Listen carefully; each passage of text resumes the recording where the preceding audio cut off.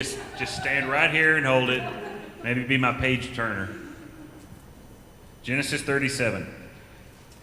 This is so weird. Okay. So we're in Genesis.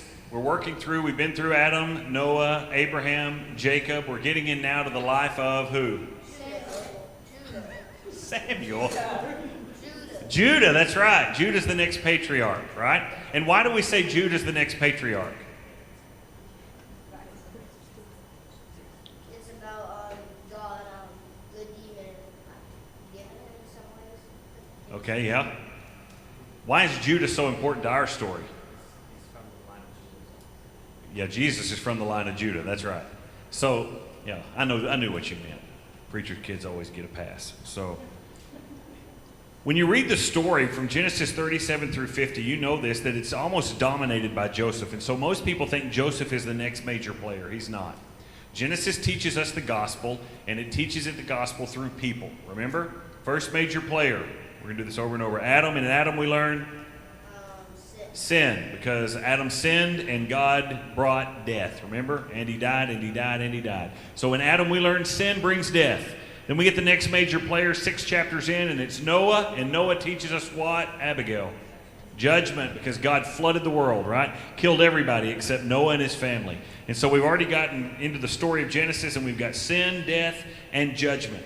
And then in chapter 12, we're introduced to the third player of the book of Genesis is Abraham. And in Abraham we learn, Quincy?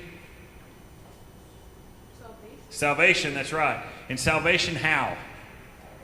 By grace through faith. God chose Abraham when he was a pagan sinner. Abram wasn't looking for God. God went looking for Abram. He was an idol worshiper.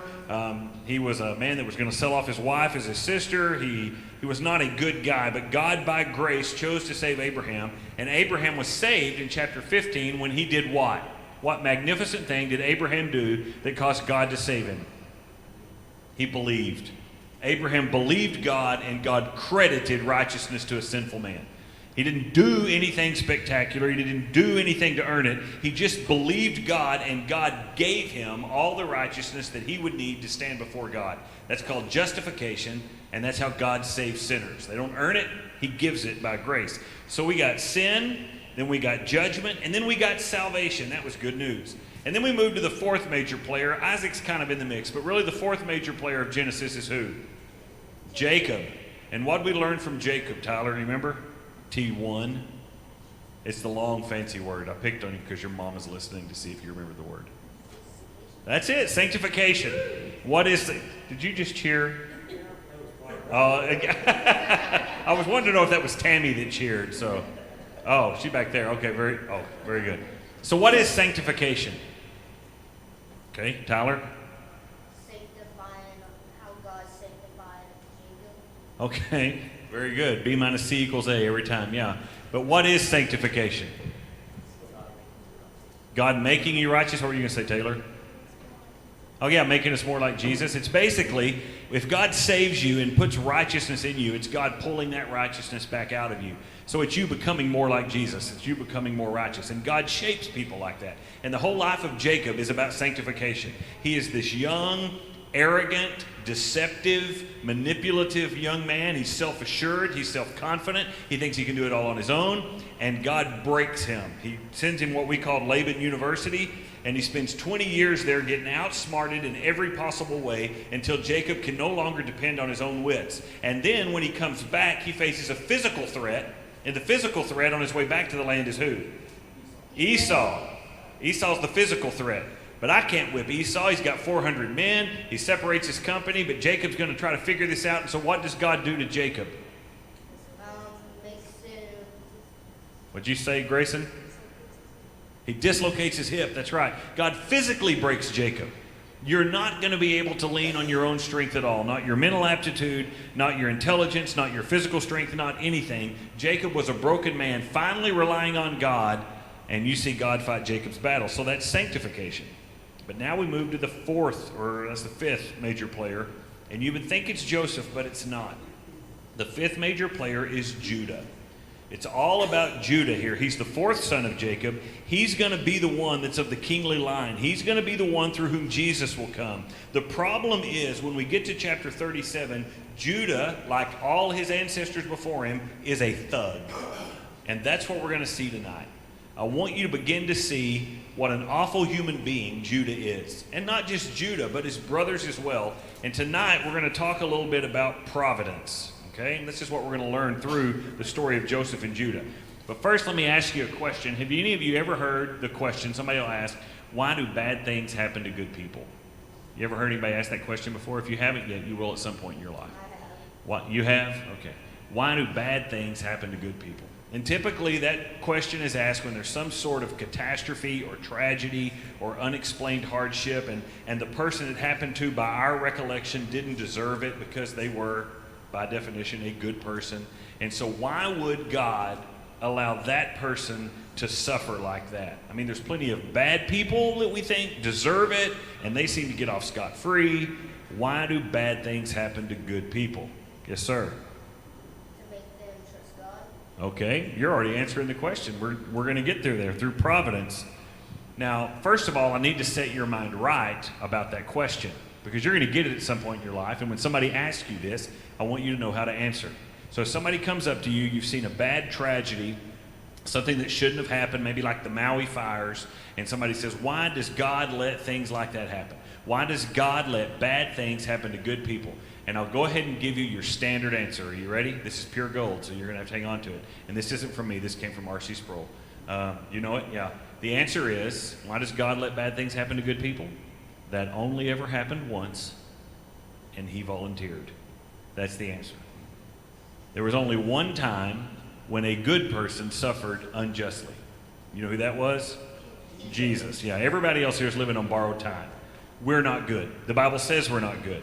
You have already been treated far better than you deserve. That God has allowed you to live, that God has fed you and clothed you and provided for you and sustained you, that you made it this far is a walking miracle of the grace of God.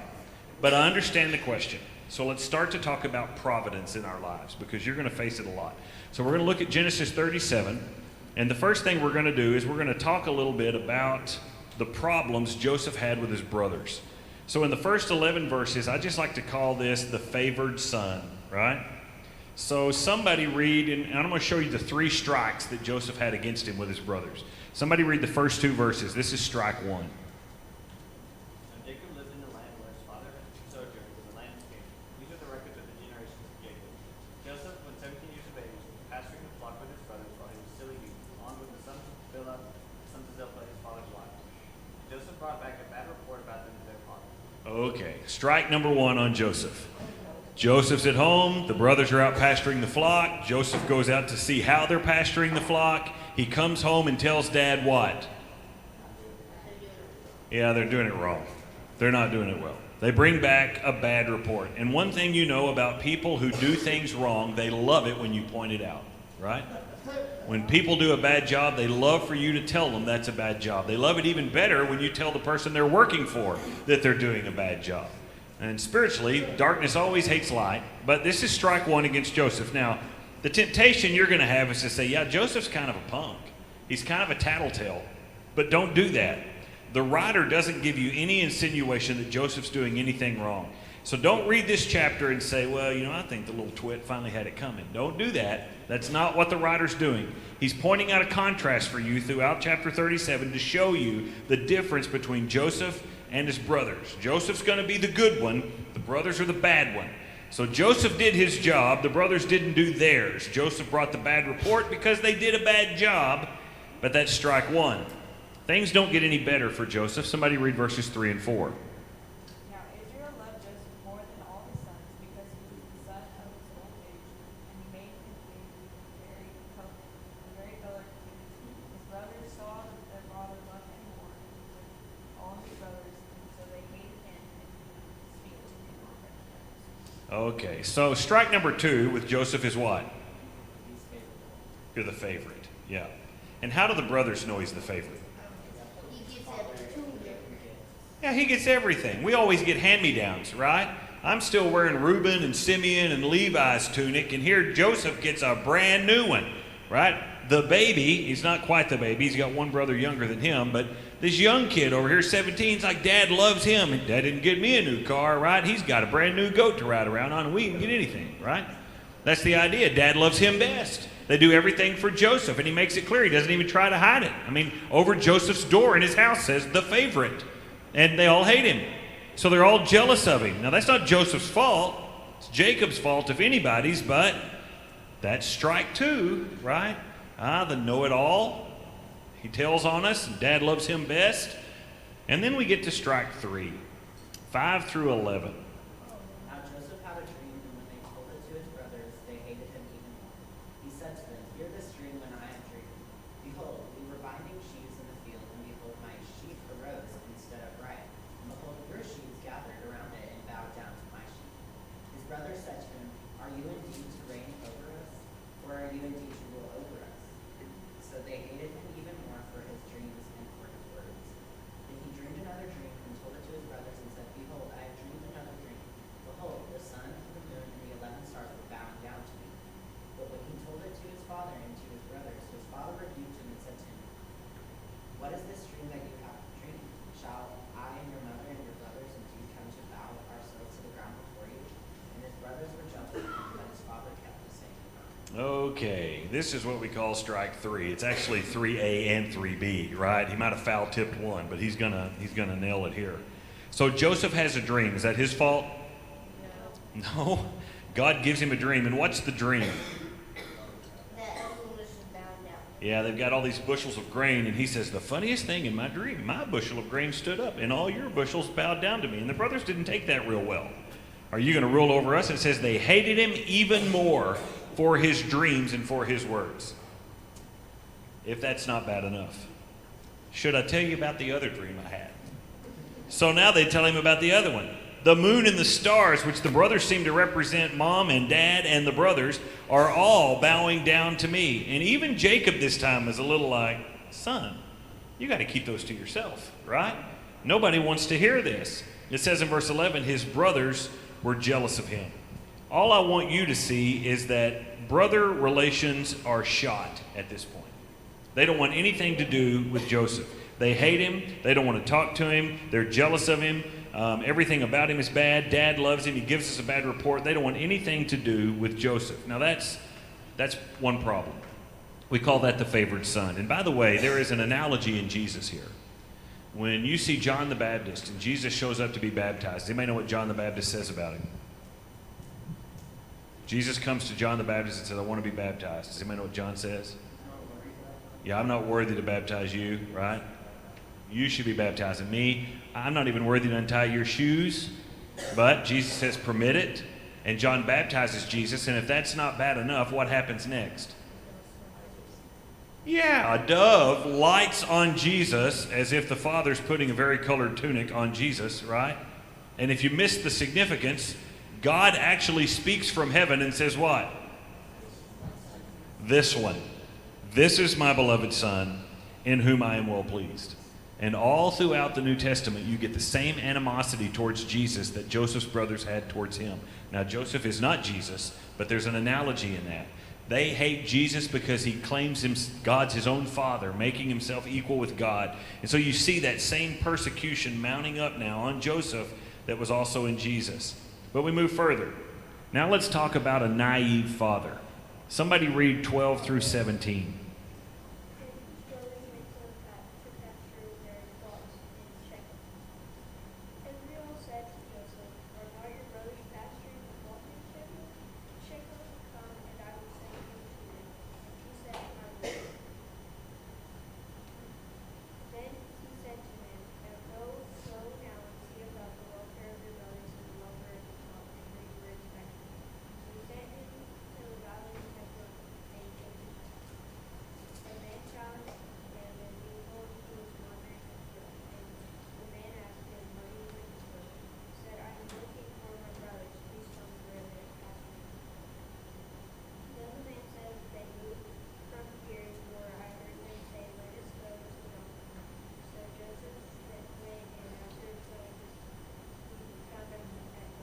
All right, so what was the thing that caused Joseph's brothers to hate him at first?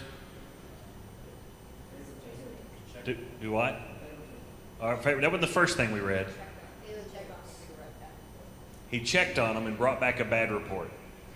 It's almost like Jacob's not paying attention here. The boys can't stand him. They don't have anything to do with him. They hate him even more, we read. They really won't have anything to do with him. It all started because of this bad report that he brought before, and now Jacob, totally oblivious to sort of the relationships going on inside his house, says, Joseph, your brothers are in Shechem. I would like to send you to them again. You go see how they're doing and come back and give a report to me. No way this can go bad, right? And so Joseph goes again. This time he goes, but they're not in Shechem. And this is important. They're not in Shechem. He's just wandering around in the field. I like to picture that. Some guy watched him for hours, just walking back and forth in the field.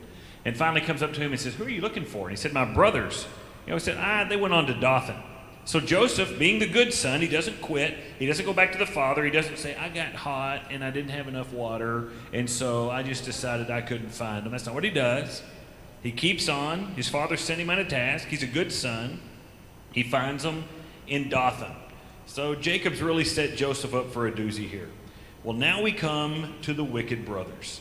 And this is the long segment. It goes from 18 to 35. But what we're going to look at is there are 8 characteristics of these brothers. So we've seen Joseph. He's a good son, a truthful report. God has given him a prophetic dream, actually a couple of them, about his preeminence. His father delights in him. He does what his father tells him to do. He's a pretty good kid. Now let's look at the brothers. So let's look first, 18 through 20. Somebody read that.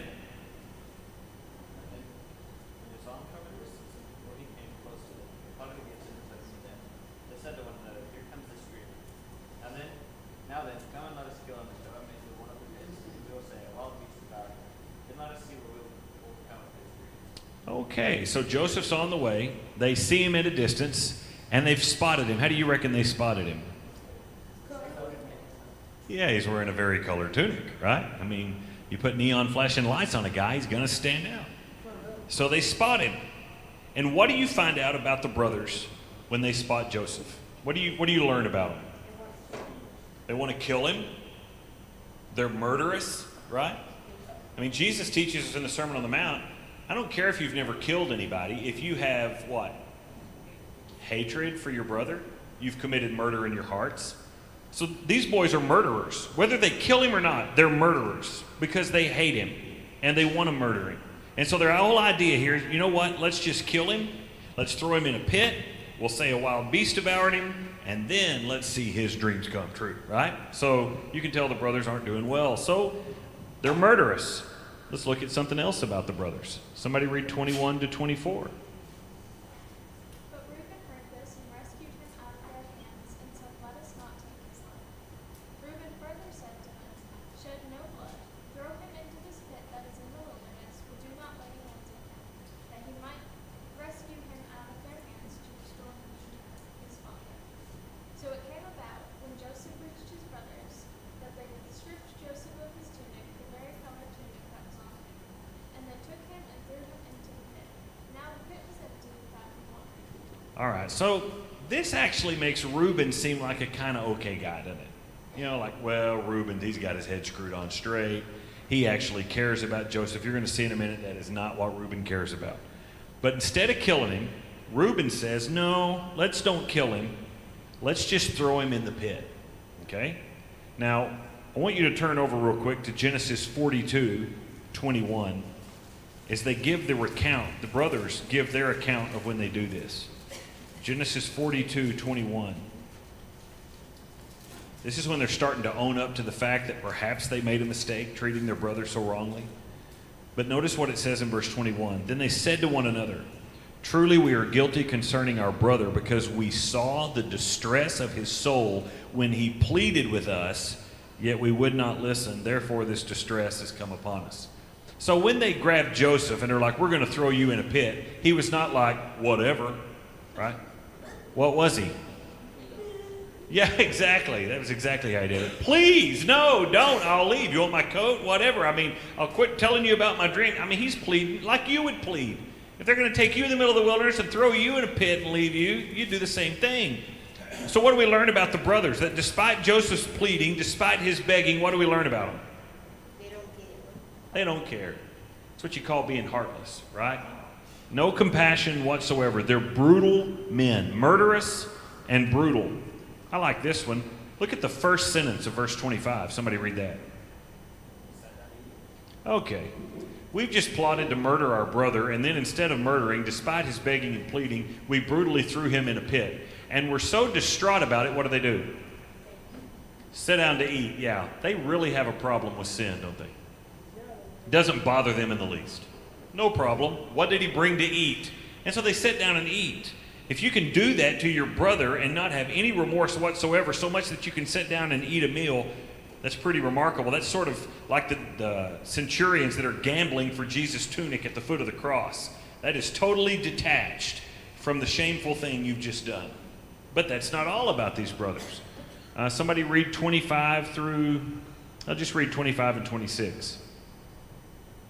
When they sat down to eat meal, as they raised their eyes and looked, behold, a caravan of Ishmaelites was coming from Gilead. With their camels bearing Araunah riding with and Paul with her, and on their way to bring them down. Judah said to his brothers, what provoking is it for us to kill our brother in the pit? Okay, they're getting even better. So what do you learn about your brothers now? They had a change of heart. They're feeling bad about their plot to kill Joseph. No? What were they worried about? Well- Spices, money. Yeah, if we kill him, we won't make any money off of him.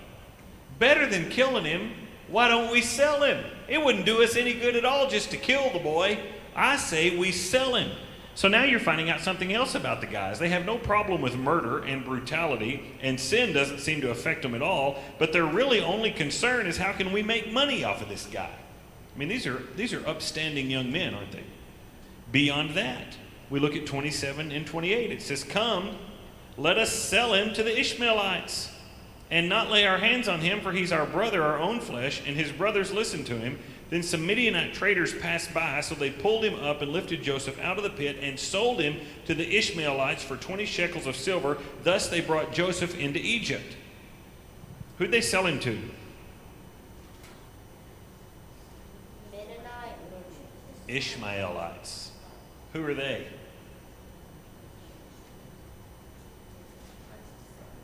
Isaac's brother. That's right, Ishmael. These are descendants of Ishmael. Remember the boy that was commanded to be sent away? The one who doesn't get an inheritance with my son Isaac? The one who's not allowed to stay? And God said, that's right, they have to go. And so Ishmael was sent away, and now you have Ishmaelites. And these brothers, not only do they not care about Joseph, and do they not care about sin, and do they only care about money, now they don't even care about the covenant. They shouldn't even be dealing with Ishmaelites. These are unclean people to them. But they are unconcerned about anything that God has done in their life. No concern at all.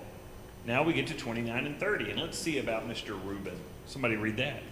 Now Reuben returned to the pit, and behold, Joseph was not in the pit, so he tore his garments.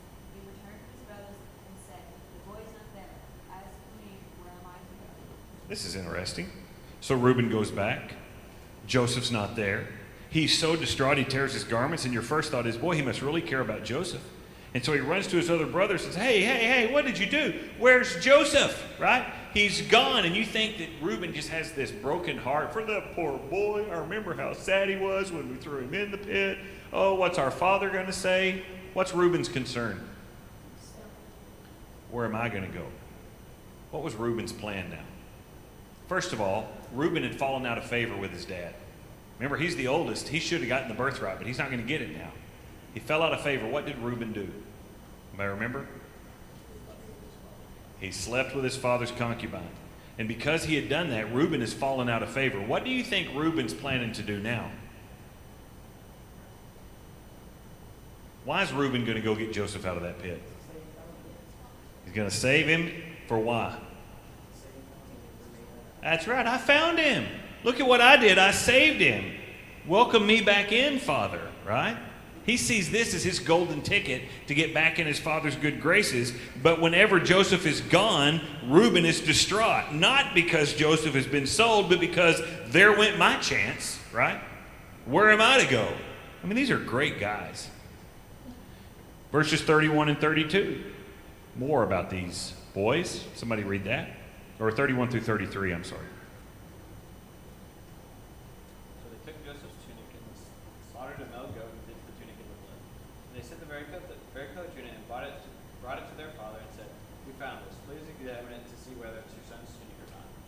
Then he examined it and said, "It is my son's tunic. A wild beast has devoured him. Joseph has surely been torn to pieces." What else do you find about these boys here? Good life. They're good liars. That's right. I'll give you a statement that stuck with me my whole life. Adrian Rogers made it. You're never more like the devil than when you tell a lie. He is a liar from the beginning and a father of lies, and you're never more like the devil than when you tell a lie. And here you have it. These boys are good liars, and it doesn't even seem to bother them. So, murderers, brutal, complacent about sin, only care about money, not concerned about the covenant. They have selfish motives. They're okay with lying. These great guys. 34 through 35, let's find out something else about them. Then Jacob tore his clothes, put on sackcloth, and then mourned for his son many days. All his sons and daughters came to comfort him, but he refused to be comforted. "No," he said, "I will continue to mourn until I join my son in the grave." So his father wept for him. All right, so naturally, because he's the favorite, what does Jacob begin to do? He starts mourning, grieving, weeping. This is his son, and, by the way, his favorite son, and Rachel's boy. There's a lot of things going on here, and he's mourning and grieving. And so what do these boys do? Comfort him. They try to comfort him. Oh, this is great, isn't it? Do you reckon there was a way they could have comforted him? Not killing him. Well, yeah. If they say, "Dad, guess what? We didn't kill him. We know where he is. He's in Egypt. We can go get him." That might produce comfort for the father, right? I mean, if somebody's grieving because they think their child is dead and you know the child is not dead, a pretty good way to stop their grieving and to comfort them would be to say, He's in Egypt. "He's in Egypt. He's not dead." What do? "It'll be okay, Dad." Do you see the hypocrisy in this? It's phony comfort. Do they care about their dad? Not at all. They don't care that he's grieving. They don't care that he's heartbroken. So now, at this point, I want you just to see the contrast. You've got Joseph, who of the brothers is the only good kid. And then you've got the brothers who are all thugs, every one of them. The one that sticks out is Judah. Judah's the one that's trying to make money off of it. Judah's sort of the ringleader. Moses, as he writes Genesis, wants you to see him as the ultimate villain. But you've got this massive contrast between one good son and 11 bad ones. Now we get to verse 36. And this is what we're going to call the sovereign God. It says, "Meanwhile," that's what's going on elsewhere, "the Midianites sold him in Egypt to Potiphar, Pharaoh's officer, the captain of the bodyguard." Now, last week we talked about the life of Joseph and what God needed to do with Joseph in order to save Judah. And what was the first thing God needed to do with Joseph? What was the main thing? Where did Joseph need to end up? Egypt. He needed to end up in charge in Egypt. If he was going to be able to save his brothers, he needed to be in charge in Egypt. But to get in charge in Egypt, what had to happen first? He had to go to Egypt. He had to get thrown in jail. He had to get recognized by a baker, right? He has to come out and interpret a dream. All of this is steps in God's plan to get Joseph to Egypt. What you read here in this story, everything about it looks wrong. You have the only good person in the story getting the raw deal. Everything is going bad for Joseph. And we read this story and we're tempted to say, why do bad things happen to good people? Do you see the providence of God at work in this story at all? Think about the story for a second. Is God at work at all? Now, you know to say yes, but where do you see God at work? Aside from the fact that God needed to get Joseph into Egypt, which he does. But aside from that, think about the story. Have you seen anything about it providential up to this point? Where God has intervened in a way that perhaps even the brothers don't realize God is intervening. All right, they didn't kill him. They were going to kill him, but instead of killing him, they didn't want to kill him right away because what were they? They were hungry. So we can kill him in a minute. Let's eat. And then while they're eating, I have a brainstorm. Instead of killing him, let's sell him. We'll make money. Now, that's exactly what they wanted to do. But who is narrating this story? Who's navigating the ship? God is. God is. Beyond that, where were the brothers tending their flocks? Where was Joseph told to find them? Shechem. But when Joseph gets to Shechem, they're not in Shechem. Where are they? Dothan. So you're telling me the boys who were told to go and shepherd their flock at Shechem weren't paying attention to the command of their father. Instead, they've moved the flock to Dothan. And based upon the story, we know what Dothan is. Have you picked up on this yet? What's going to come walking by Dothan? Traders. What is Dothan on? It's on the trade route. So now, if they stay in Shechem, and they throw Joseph in a well in Shechem, and they stop down to eat in Shechem, they see no Midianite traders. They're not on the trade route. They don't pass anybody by. But because they've moved, and because they're here, when Joseph shows up and they throw him in a pit, they happen to be on the trade route, the Midianite Ishmaelite traders happen to be coming by on their way to Egypt, of all places. They decide of their own free will and thinking, so they think, we'll sell our brother instead of killing him. They sell him, and Joseph takes off for Egypt. That's not coincidence. This is what you call the providence of God. Now, we have to do a little thinking about providence when we read this story that way. Because we tend to think of God's providence only when good things happen to us. I got some extra money. Boy, that was the providence of God. What a blessing. Or I narrowly escaped that accident. Whew, that was the providence of God. God helped me escape that accident. Or, I didn't get in this fight, or I got this job, or something good happened. And we see that as the providence of God, and we're very quick to say, thank you, God. You did that. You saved me. You delivered me. You did whatever. And we see that as the providence of God. But what about the time when you don't have enough? Is that also the providence of God? Sure. What about the time when the accident happens? What about the time when your brothers actually catch you, throw you in a well, dig you out, and sell you to slave traders that take you to Egypt? Is that also the providence of God? You see, we're tempted sometimes when we look at life's trials or hardships. We want to say everything that good happens to us comes from the hand of God. And then we want to say everything bad that happens comes from where? Satan. But that's problematic. So you're telling me that Satan did something that God didn't want to happen? If that's true, who's really sovereign? Satan. You can't go that route. That's problematic. Instead, we are forced to deal with the issue to say, no, God is sovereign over all things, the good and the bad. But what do we do with that? Wait just a second. You're telling me that God providentially ordains the hardships and tragedies in my life? Let me give you a couple of verses. Turn over to Philippians. Philippians chapter 1, 29 and 30.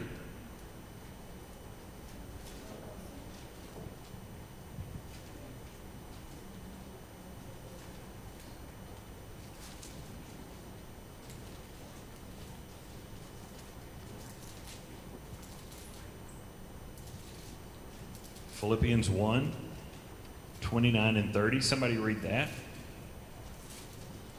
For it has been granted to you that for the sake of Christ you should not only believe in him, but also suffer for his sake, engaged in the same conflict that you saw I have now, and now hear that I still have. Okay, look at this. For to you it has been granted. God has granted you something. He's granted it for Christ's sake. Two things God has granted you. What are they? One is what? What's one of the things God has granted you in verse 29?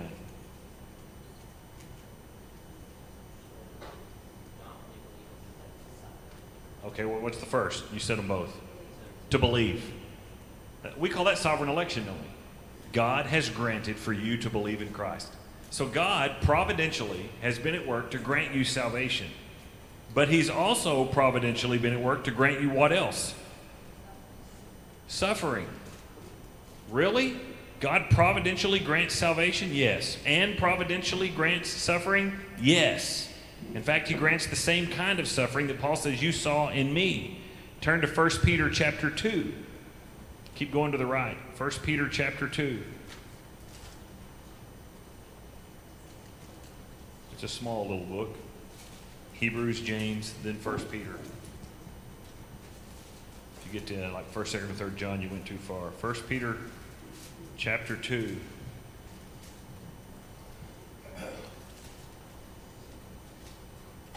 And somebody read verses 21 and 22 of 1 Peter 2. For you have been called to this purpose, since Christ also suffered for you, leaving you an example for you to follow in his steps, who committed no sin, nor was any deceit found in his mouth. Now, what are those verses about?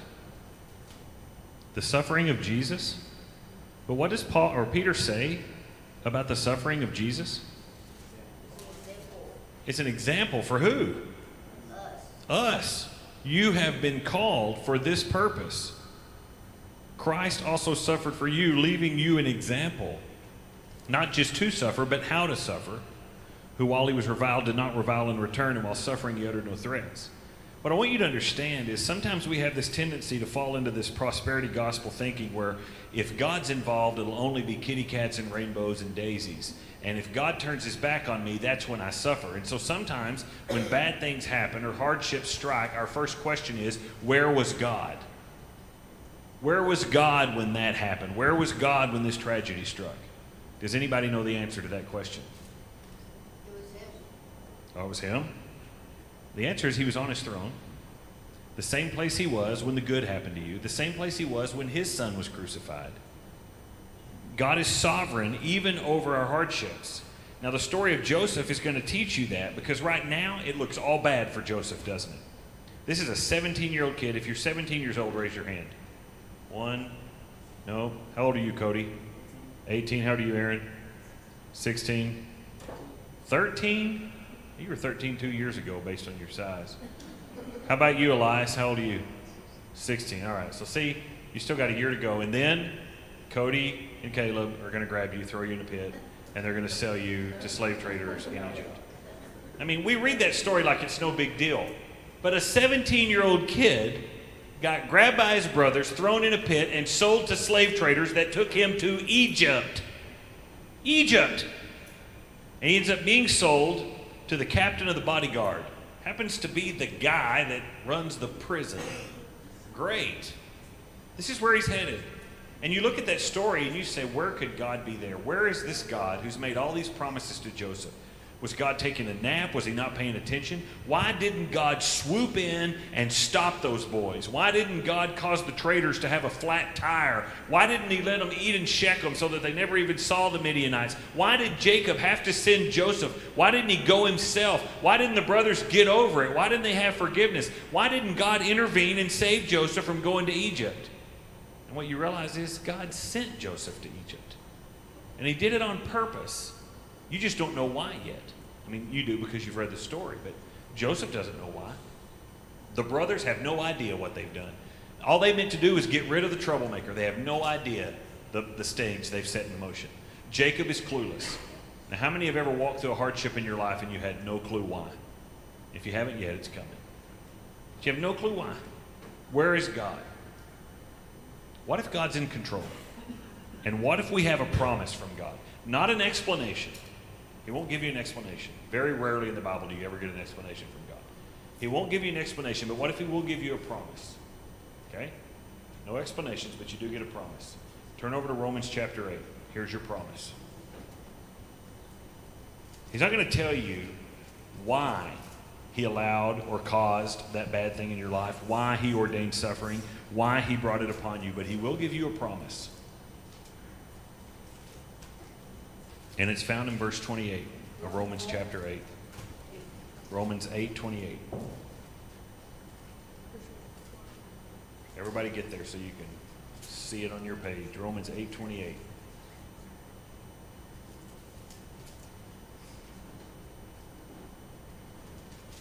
All right, Mr. Fincher, read Romans 8:28. And we know that God caused all things to work together for good to those who love God, to those who are called according to his purpose.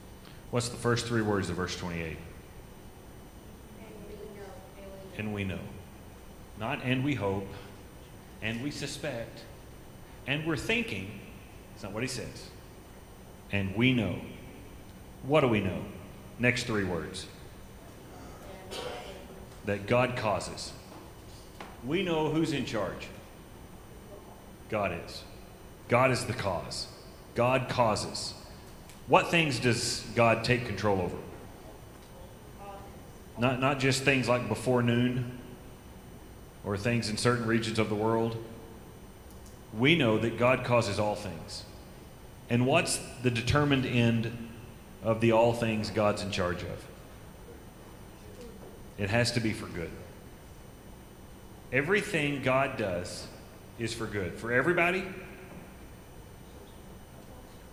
For who? Those who love God. Those who are called according to his purpose. Joseph looks like he is in a world of hurt, in the worst possible predicament a human could ever be in, and yet Joseph is perfectly safe right in the middle of the will of God because God causes all things to work for good to those who love God. This is where providence comes into play. God asks us not to walk by sight, but to walk by faith, to believe, to trust, even when we do not understand. And trust me, in this life, you're going to face a lot of things that you do not understand. I do not know why that happened. And you'll wonder and you'll lay in bed at night and you'll ask, why? Do not be surprised if God does not feel obligated to tell you why. All God tells you is, I promise this is for good. I promise this is for good. Now, the unique part of Joseph's story, he's one of the few in the Bible that we actually get to see the end. We don't get to see this all the time. And you don't get to see it in your life a lot of the time. But in Joseph's life, we will. And we're going to see the salvation of the Messianic line, but not right away. Right away, it just looks wrong. Chapter 37 just looks like it shouldn't be in the Bible. How could God let this happen? And the reality is God caused it. So I want you to begin to ponder, because we're going to be here for a while, I want you to ponder the providence of God, his sovereign hand in all things. All right? We'll learn a little more about it as we go on. Any questions or comments? None? All right, we're going to close in prayer, our popcorn prayer. Don't forget to take some invitation cards and posters if they'll let you put them up. So, Nate, we get to start with you down there, and we'll weave our way through lives. We call it popcorn prayer. You can't pray more than a sentence, and trust me, nobody's going to grade you. So it's just whatever's on your heart before God, man. All right, Nate.